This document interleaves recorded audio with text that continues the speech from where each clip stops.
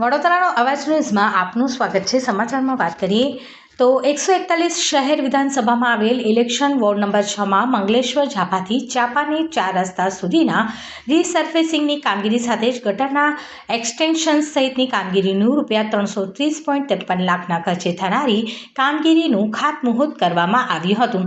સાથે સાથે સંગમ 4 રસ્તાથી મંગલેશ્વર ઝાપા સુધીના રોડની કામગીરીનું ₹5.26 લાખના ખર્ચે થનારી કામગીરીનું ખાતમુહૂર્ત કરવામાં આવ્યું હતું।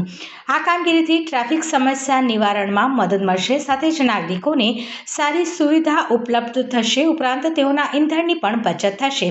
આ ખાતમુહૂર્ત કાર્યક્રમમાં વડોદરા મહાનગરપાલિકાના મેયર પિંકીબેન સોની, ડેપ્યુટી મેયર ચિરાગ બારોટ, ધારાસભ્ય મનીષાબેન વકીલ, સ્થાયી સમિતિના ચેરમેન ડોક્ટર શીતલ મિસ્ત્રી, સ્થાનિક કાઉન્સિલર હેમિશાબેન ઠક્કર સહિતના આગેવાનો ઉપસ્થિત રહ્યા હતા।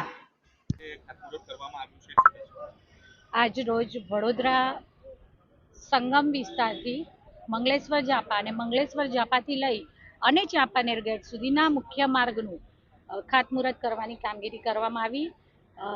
આગામી સમયમાં વડોદરા મહાનગરપાલિકા દ્વારા વડોદરા શહેરના વિકાસની દિશામાં વિવિધ લગભગ 292 કરોડ જેટલા નવા કામોના ખાતમુહૂર્ત, લોકાર્પણ અને વિવિધ કામોની શરૂઆત થનાર છે।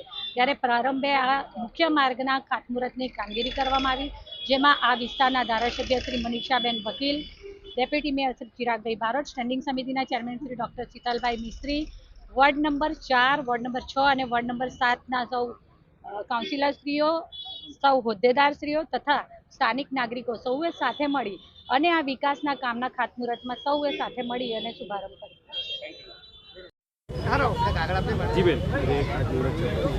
આજ રોજ શહેર વિધાનસભામાં 5 અલગ અલગ જગ્યા પર રોડના ખાતમુહૂર્તનો આજે કાર્યક્રમ યોજવામાં આવ્યો છે। લગભગ 1300 કરોડ જેટલી આજુબાજુ આ રોડ નવા બનશે અને જે લોકોને વરસાદની ટાઈમ પર જે રોડની દશા ખરાબ થઈ હતી એને માટેના પ્રયત્ન છે અને ઘણા નવા રોડો પણ છે। જ્યાં વસ્તી આવી ગઈ છે, લોકો રહેવા લાગ્યા છે, તે લોકોની પ્રાથમિક જરૂરિયાત પણ રોડ હોતી હોય છે, ત્યારે આ રોડનું કામ આજે શરૂ કરવામાં આવ્યું છે। વોર્ડ નંબર 6, 5 અને 4માં અલગ અલગ જગ્યાઓ પર આ રોડના ખાતમુહૂર્ત આજે રાખવામાં આવ્યા છે।